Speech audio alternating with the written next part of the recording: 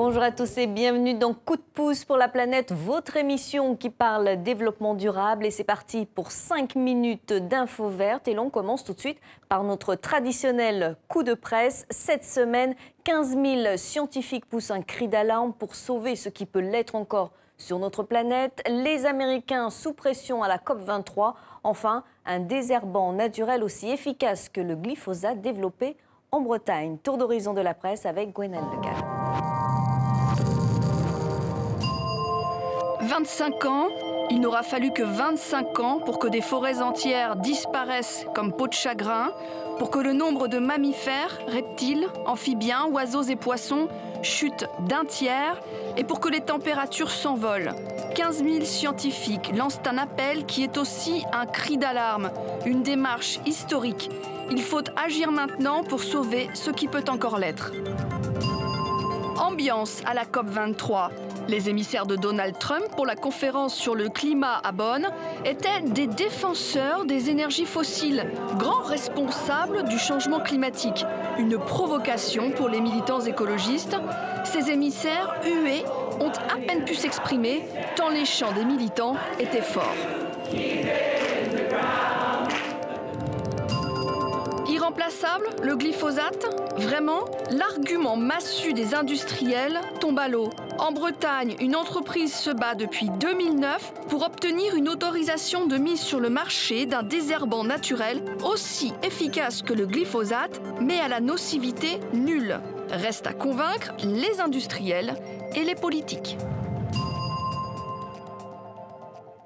On en vient maintenant à notre coup de pouce. En Mauritanie, le typha est un véritable fléau, mais cette plante nuisible pour l'homme peut aussi, vous allez le voir, devenir une ressource énergétique renouvelable. Comment? Réponse, explication Marc de Chalvon. Ces hommes ont refusé la fatalité. Les pieds dans l'eau, dans des conditions éprouvantes, ils coupent le typha. Une plante invasive qui a envahi toute cette région du sud de la Mauritanie. Une fois séché, le typha est placé dans une grosse étuve, soigneusement refermée, avant d'être brûlé pour être transformé en charbon. En 30 ans, le typha a recouvert la région. Voilà la cause de la catastrophe, le barrage de Diama, situé près de l'embouchure du fleuve Sénégal. Il a bloqué la remontée de l'eau de mer et permis le développement du typha, qui prolifère en eau douce.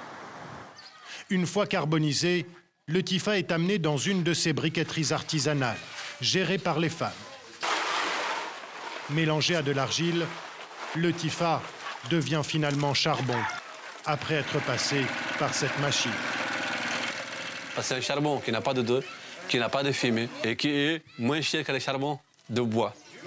Donc là, on a tous les ingrédients pour qu'on puisse satisfaire les besoins des ménages en charbon typha et conserver le peu de forêt qui existe. Le charbon de typha a maintenant besoin d'investisseurs privés pour prendre le relais et transformer une catastrophe en espoir.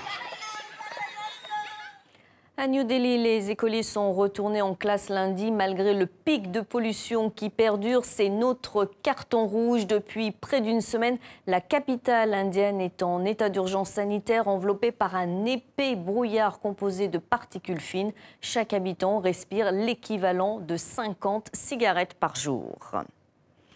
Pour terminer, je vous propose de découvrir ces très belles images du film Life Symphony et dont l'objectif est de sensibiliser à la préservation de notre planète. Pendant 3 ans, le réalisateur Franck Fougère a parcouru le monde pour filmer ces lieux magnifiques encore préservés.